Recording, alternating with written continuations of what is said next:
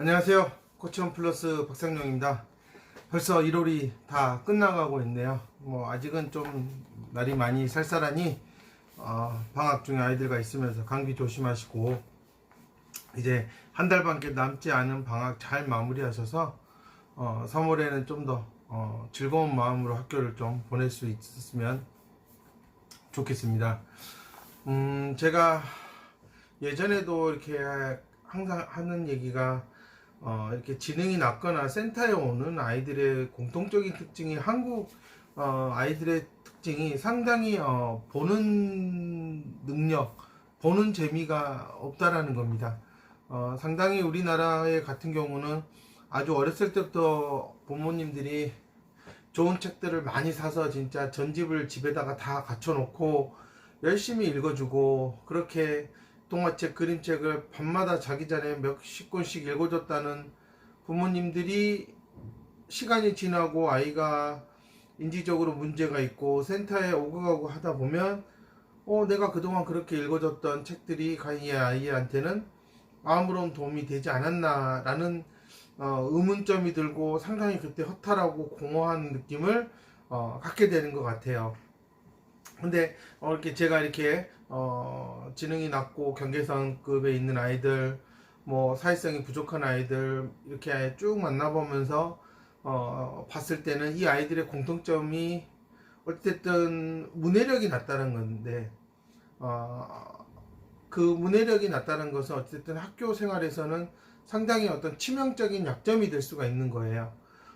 그렇다면 엄마들은 언어 치료를 받니, 학습 치료를 받니, 동네 논술학원을 보내니, 무슨 동화 이런 걸 읽고 책을 읽고 토론하는 그런 동아리를 보내니, 많은 방법을 찾는데, 사실 그 방법보다는 저는 개인적으로 항상 보는 부분이, 과연 이 아이들이 눈은 제대로 움직이고 있을까, 정확하게 진짜 이 책에 있는 글을 한 줄 한 줄 제대로 읽을 수 있을까라고 하는 측면에서 항상 저는 먼저 체크를 해보는 거예요.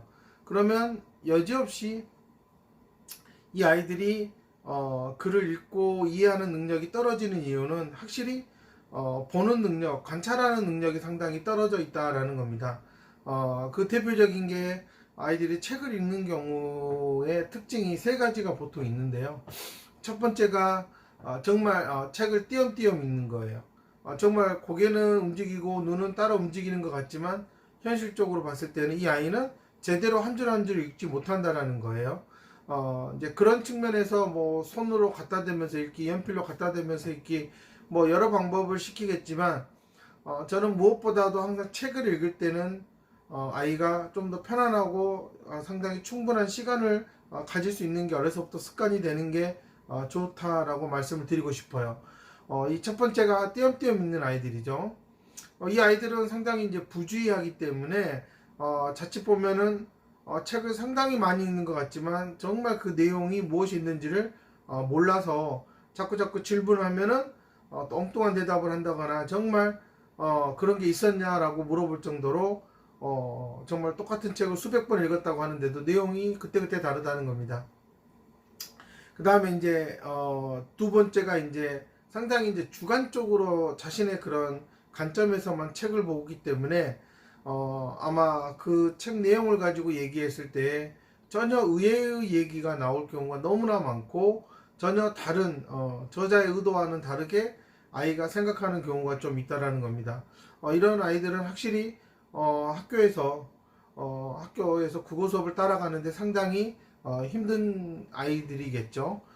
이런 아이들 같은 경우도 확실히 보는 능력이 떨어져 있다라고 보시면 될 것 같아요. 그 다음에 이제 세 번째가 정말 글자 있는 그대로만 읽는 아이들이죠. 그래서 뭘 물어봐도 정확하게 책 속에 있는 글자 단어만 언급을 하는 아이들이라고 보시면 될 것 같아요. 이 아이들은 정말 다른 아이들과 똑같이 책을 읽거나 글을 읽는데 상당히 많은 시간을 투자했음에도 불구하고, 확실히 그 글을 통해서 아이가 이해한 내용을 조리 있게 알맞은 단어를 선택해서 말하는 데는 어려움이 있다라는 겁니다. 저는 이제 이런 점에서 치료사들이나 엄마들이나 센터에 오는 아이들을 바라봤을 때, 왜 이 아이는 이 글을 읽고도 무슨 내용인지 모를까라고 생각하지 마시고, 그럼 이 아이는 정말로 이 책을 제대로 보고 있을까라고 하는 것에서부터 시작을 해야 된다라는 겁니다. 책을 읽으려면 어찌됐든 아이가 일정한 줄로 이렇게 글자들이 나열되어 있는 그 패턴을 인식해서 눈이 처음 왼쪽 끝에서부터 쭉 이렇게 따라가줘야 되는데, 이런 비주얼 스캐닝이나 그 다음에 거기에서 중요한 단어들을 이렇게 찾아내는 그런 스캐닝 능력, 글자를 따라가는 비주얼 트래킹이나 시각적 추구를 쭉 이렇게 따라가면서 무슨 내용이 있을까 하면서 글을 정확하게 지각 글자를 인식해서 머릿속에서 이제 그것들이 어떤 단어고 어떤 문장이 조합이 돼서 어떤 의미를 갖는지 처리하게끔 정확하게 정보를 입력을 해줘야 되는 단계라는 거죠. 이런 비주얼 트래킹과 또한 이제 의미 있는 어떤 그런 내용으로 요약을 하기 위해서는 핵심적인 단어들을 쭉 보고 찾아내고 반복되는 단어들에서 중요성을 또 파악을 해야 되기 때문에, 아무래도 이제 이 초창기에는 글을 읽는 초창기에는 상당히 비주얼 트래킹과 스캐닝이라고 하는 이 작업이 너무나 아이들에게는 정확성을 요구하는 능력이라는 겁니다. 근데 대부분의 엄마들과 치료사들이 착각하고 있는 것 중에 하나가, 아이가 보고 있으니 이거는 분명히 알고 있을 거라고 하는 전제로 간다라는 겁니다. 저는 그거 이전에 보고 있는지를 정확하게 짚어 넘어가야 된다라는 거죠. 보고 있다는 게 무엇인지를 아이가 모르면 분명히 그 이후에 일어나는 모든 학습들은 항상 본 것처럼 본 적이 있는 것 같은 느낌으로 간다라는 겁니다. 느낌만 있지 확신이 없으면 정확하게 기억으로 들어가지 않는다라는 것을 좀 알아두셨으면 좋겠다라는 겁니다. 제가 최근에 5세, 6세, 7세 또 이렇게 지능이 아주 낮은 아이들을 수업하면서 느낀 점은, 확실히 한국에서 치료센터를 어느 정도 다녔다고 하는 아이들의 공통점이 상당히 보는 능력, 많은 원장들과 치료사들이 시지각 타령을 부르고 있다고 제가 얘기를 해요. 근데 어떻게 하면 시지각이 나아지는지에 대해서는 나름대로 자신들이 개발한 도구지나 이런 프로그램이 없다라는 겁니다. 근데 제가 최근 들어서 제가 만든 도구지로 1년 가까이 테스트를 해보고 한 바로 느끼는 것은, 확실히 보는 능력을 키워놓으니 상당히 많은 상위 능력들이 나타나고 또 그것들을 일상생활에서 활용하는 모습을 볼 수가 있다는 겁니다.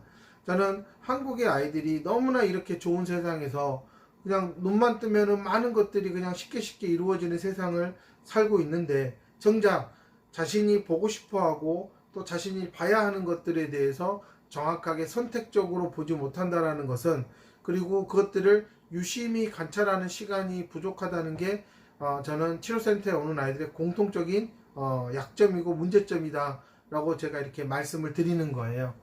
오늘 이렇게 제 동영상을 보시면서 내 아이가 초등학교 저학년이다, 지금이 바로 이 아이가 정말 제대로 보고 있는지를 확인해 보는 그런 시간을 가져야 되겠구나.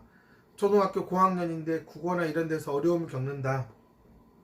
대부분의 아마 초등 4학년 이상의 경계성 지능의 진단을 받은 아이들이라면 그 범주에 있는 아이들의 가장 큰 어려움이 아마 문해력이라고 하겠죠. 그러면 그 대부분의 그 밑바닥을 쭉 이렇게 파고 들어가다 보면 분명히 이 아이들이 보는 능력에서 상당히 구멍이 많다라는 것을 느낄 수 있다라는 겁니다. 뭐 국어든 뭐 수학의 긴 문장제든 결국은 읽어야 되는데, 읽지 못하고 띄엄띄엄 정보를 취사 선택하거나 아니면 너무나 자기 주관적으로 해석을 해서 엉뚱한 풀이 과정으로 간다거나, 아니면 정말 있는 그대로의 그 정보만 인식하지 그것들을 관계를 지어서 어떤 식을 만들거나 하는데 어려움이 있는 것은, 이거는 다른 능력보다도 이 아이에게는 지금 현재 보는 재미와 그게 나 자신의 머릿속에 어떻게 저장되어 있는지를 확인하는 과정이 상당히 그동안 취약했다라는 것을 말해줄 수 있다라는 겁니다. 저는 많은 엄마들이 뭐 하면 뭘 더 해야지 자꾸 이런 식으로 접근하는 것보다는 내 아이가 정말 이렇게 짧은 글이라도 제대로 읽고 거기에 나타나고 있는 어떤 그런 상황이나 그런 관계성을 정확하게 아이가 보고 있는지를 편안하게 대화해 보는 게 더 낫지 않을까라는 생각이 들어요. 하루에 짧은 책이라도 한 권씩 아이하고 읽고 그냥 이렇게 쭉 열린 대화를 쭉 하다 보면 훨씬 아이가 자신이 알고 있는 것과 본것에서 정확하게 대답이 나오고 또 자신의 생각을 표현하는 그런 시간이 저는 그냥 동네 아줌마들이나 하는 그런 센터들 가서 학습 치료 받고 뭐 언어 치료 받는 것보다는 저는 훨씬 낫다라고 생각이 드는 겁니다. 엄마들이 제일 못하는 게 매일매일 일관성을 가지고 가는 게 어려운 거고요. 치료사들이 제일 못하는 것은 무엇이 문제인지를 정확하게 파고드는 그런 분석적 사고가 상당히 취약하다라고 저는 보고 있어요. 그러니 남은 1개월 더 무언가를 많이 시키는 것보다는 지금 하고 있는 것에서 내 아이가 정말 그를 제대로 보고 있는지에 대해서 점검하고 확인해 보는 그런 시간을 가졌으면 좋겠습니다. 감사합니다.